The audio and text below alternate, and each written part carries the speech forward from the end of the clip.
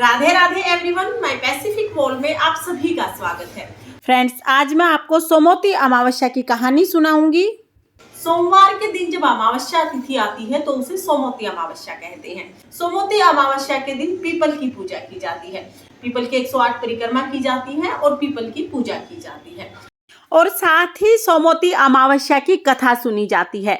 आज मैं आपको सोमवती अमावस्या की कथा सुनाऊंगी, तो चलिए कथा शुरू करते हैं। सोमवती अमावस्या की कथा सुनने के लिए हम अपने सीधे हाथ में गेहूं के दाने या चावल के दाने ले लेंगे। उसके बाद हम कथा सुनेंगे। एक बार एक साहूकार था। साहूकार के 7 बेटे और 7 बहुएं थी। एक बेटी थी। साहूकार के घर एक पंडित रोजाना भिक्षा मांगने के लिए आता था। जब साहूकार के बेटे की बहू भिक्षा देती तो पंडित खुशी खुशी भिक्षा ले लेता, लेकिन जिस दिन साहूकार की बेटी भिक्षा देती उस दिन पंडित भिक्षा नहीं लेता था। पंडित कहता कि तुम्हारे भाग्य में दुर्भाग्य है तो तुमसे मैं भिक्षा नहीं लूंगा। ये बात सुनकर साहूकार की बेटी रोने लगी। अपनी बेटी को रोता हुआ देखकर साहूकारनी ने रोने का कारण पूछा तो साहूकार की बेटी ने बताया कि जो पंडित भिक्षा मांगने के लिए आता है वो मेरे हाथ से भिक्षा नहीं लेता और कहता है कि मेरे भाग में दुर्भाग्य है। यह बात सुनकर साहूकारनी भागी भागी गली में गई और पंडित को रोका। पंडित को रोककर भिक्षा ना लेने का कारण पूछा। तब पंडित ने बताया कि तुम्हारी बेटी के भाग्य में सुहाग नहीं है, उसके भाग्य में दुर्भाग्य है। साहूकारनी ने इसका कोई उपाय पूछा। तब पंडित ने बताया कि उपाय तो है लेकिन बहुत कठिन है। तब साहूकारनी बोली कि चाहे कोई भी उपाय हो हम जरूर करेंगे, आप कृपा करके उपाय बताएं। पंडित ने बताया कि 7 समुंदर पार शोभा धोबन रहती है, वो सोमवती अमावस्या करती है, यानी कि सोमवती अमावस्या के व्रत करती है और पूजा करती है। अगर वो अपनी सोमवती अमावस्या का पूरा फल आपकी बेटी को दे दे तो आपकी बेटी के भाग्य में सुहाग आ जाएगा। नहीं तो जिस दिन तुम्हारी बेटी की शादी होगी उस दिन ही तुम्हारे दामाद को सांप डस लेगा और तुम्हारी बेटी विधवा हो जाएगी। साहूकारनी ने घर आकर साहूकार और अपने 7 बेटे बहुओं को इकट्ठा करके पंडित की बताई सारी बात बताई और कहा कि हम में से किसी को जाना होगा शोभा धोबन के पास और शोभा धोबन को अपनी सोमवती अमावस्या का फल देने के लिए मनाना होगा। तब सभी बेटे बहुओं ने मना कर दिया। सबसे बड़े बेटे और बहू ने कहा कि माँ जी, हम शोभा धोबन को लेकर आएंगे, हम शोभा धोबन के पास जाएंगे।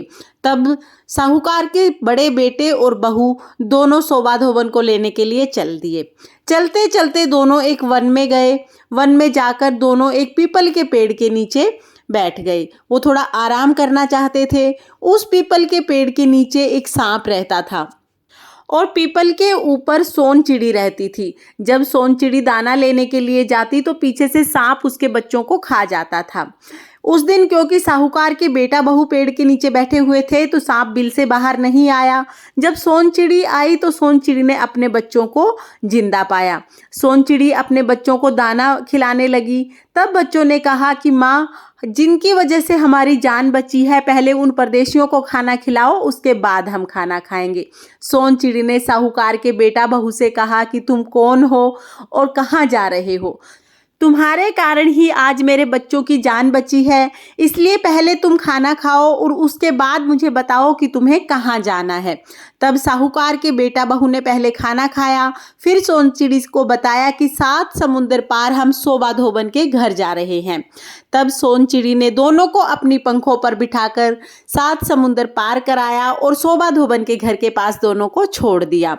वहां जाकर दोनों ने सोचा कि अब इसे कैसे मनाएं। शोभा धोबन के घर पर 7 बहुएं थी जो काम को लेकर आपस में लड़ती झगड़ती रहती थी। रात को जब सब सो जाते तो साहूकार के बेटे की बहू शोभा धोबन के घर जाती और सारा काम कर देती और दिन निकलने से पहले ही वहां से चली जाती। अब घर में किसी भी तरह का कोई लड़ाई झगड़ा नहीं होता। शोभा धोबन ने सोचा कि कौन से भले माँ बाप की बेटी है जो मेरे घर का सारा काम कर देती है और कुछ कहती भी नहीं है। उसने सोचा कि कौन सी बहू काम करती है। सारी बहुओं से एक एक करके पूछा तो सभी ने मना कर दिया। फिर शोभा धोबन ने सोचा कि आज मैं खुद देखूंगी कि कौन सी बहू है जो सारा काम करती है। शोभा धोबन रात को छिपकर बैठ गई।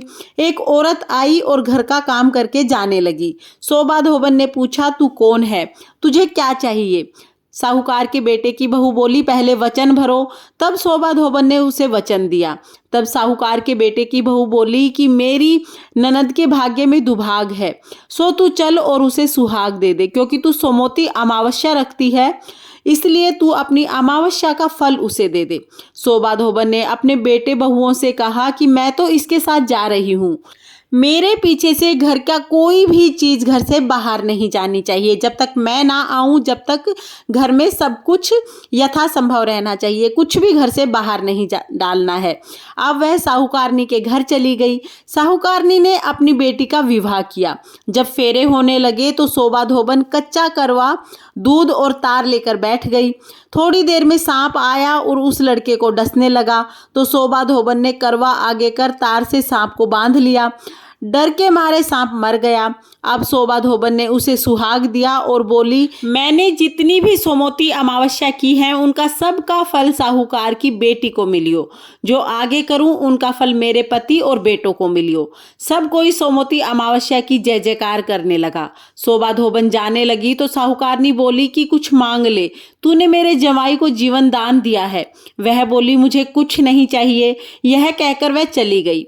अब रास्ते में फिर सोमवती अमावस्या आई। उसने पीपल के पेड़ के नीचे बैठकर कहानी सुनी, व्रत किया और पीपल की 108 परिक्रमा की। पीपल की पूजा करने के बाद घर गई। वहां पर जाकर देखा तो उसका पति मरा पड़ा था। जो उसने सोमवती अमावस्या रास्ते में की थी उसका फल अपने पति को दिया, तब उसका पति जिंदा हो गया। सब कहने लगे कि तूने क्या किया जो यह जिंदा हो गया? तो वह बोली कि मैंने तो कुछ नहीं किया, रास्ते में सोमवती अमावस्या आई थी सो उसकी पूजा करी थी, व्रत किया था और 108 पीपल की परिक्रमा करी थी। सारी नगरी में ढिंडोरा पिटवा दिया कि सब कोई सोमवती अमावस्या की पूजा करियो, व्रत रखियो, 108 पीपल की परिक्रमा करियो।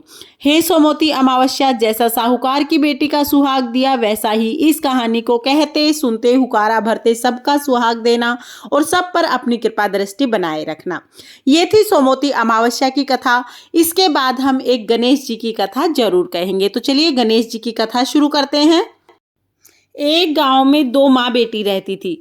बेटी अपनी माँ से बोली कि माँ, गांव के सब लोग गणेश जी का मेला देखने जा रहे हैं, मैं भी मेला देखने जाऊंगी।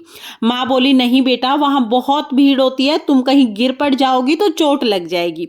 बेटी नहीं मानी तो माँ ने बेटी को 2 लड्डू और 1 घंटी में पानी देकर कहा कि 1 लड्डू और पानी गणेश जी को पिला देना, दूसरा बचा हुआ लड्डू और पानी तुम पी लेना। बेटी मेले में चली गई। मेला समाप्त होने को आया तो गांव वाले वापिस आ गए, परंतु बेटी वापिस नहीं आई। वह गणेश जी के पास बैठी रही और कहने लगी कि हे गणेश जी, 1 लड्डू और पानी तुम्हें, बचा हुआ लड्डू और पानी मुझे। इसी तरह से पूरी रात बीत गई। गणेश जी ने सोचा कि यदि आज मैंने लड्डू खाकर पानी नहीं पिया तो ये अपने घर नहीं जाएगी और इसका पाप मुझे लगेगा। तब गणेश जी एक छोटे से लड़के का रूप बनाकर आए और बोले कि बेटी, ये तेरा लड्डू खाया, ये तेरा पानी पिया, अब मांग, क्या मांगना है? तब लड़की ने सोचा कि क्या मांगू, अन्न मांगू, धन मांगू, महल मांगू, सुहाग मांगू, खेत मांगू, बैल मांगू, इतना ही मांग लेती हूँ। जब लड़की ये सोच रही थी तो गणेश जी ने कहा कि जो तुमने सोचा है वो सब हो जाएगा, अब तुम अपने घर जाओ। लड़की घर पहुंची। घर गई तो माँ ने पूछा, बेटा इतनी देर कहाँ हो गई? तो लड़की ने कहा कि आपने ही तो कहा था कि गणेश जी को लड्डू खिलाकर और पानी पिलाकर आना। मैं तो गणेश जी को पानी पिलाकर और लड्डू खिलाकर आई हूँ। ये कहते कहते उनका सारा घर धन से भर गया। जो जो लड़की ने सोचा था वो सब हो गया। हे गणेश जी महाराज, जैसे आपने माँ बेटी का घर धन से भरा, जैसे उन पर अपनी कृपा दृष्टि बनाई, वैसे सब पर कृपा करना और सबके घर में अन्न धर के भंडार भरे रखना। ये थी गणेश जी की कथा। इस तरह से हमारी सोमवती अमावस्या की व्रत कथा पूर्ण होती है। फ्रेंड्स, सोमवती अमावस्या की व्रत कथा सुनने के बाद जो हमने हाथ में गेहूं के दाने लिए हैं वो हम पीपल में समर्पित करेंगे और उसके बाद हम 108 परिक्रमा करेंगे। हो सके तो 108 परिक्रमा करें, लेकिन अगर आप किसी कारणवश 108 परिक्रमा नहीं कर पाते हैं तो 8 परिक्रमा तो जरूर करें। इस तरह से हमारी सोमवती अमावस्या की व्रत कथा पूर्ण होती है। फ्रेंड्स, अगर आपको ये कथा पसंद आई हो तो वीडियो को लाइक करें और चैनल को सब्सक्राइब करें।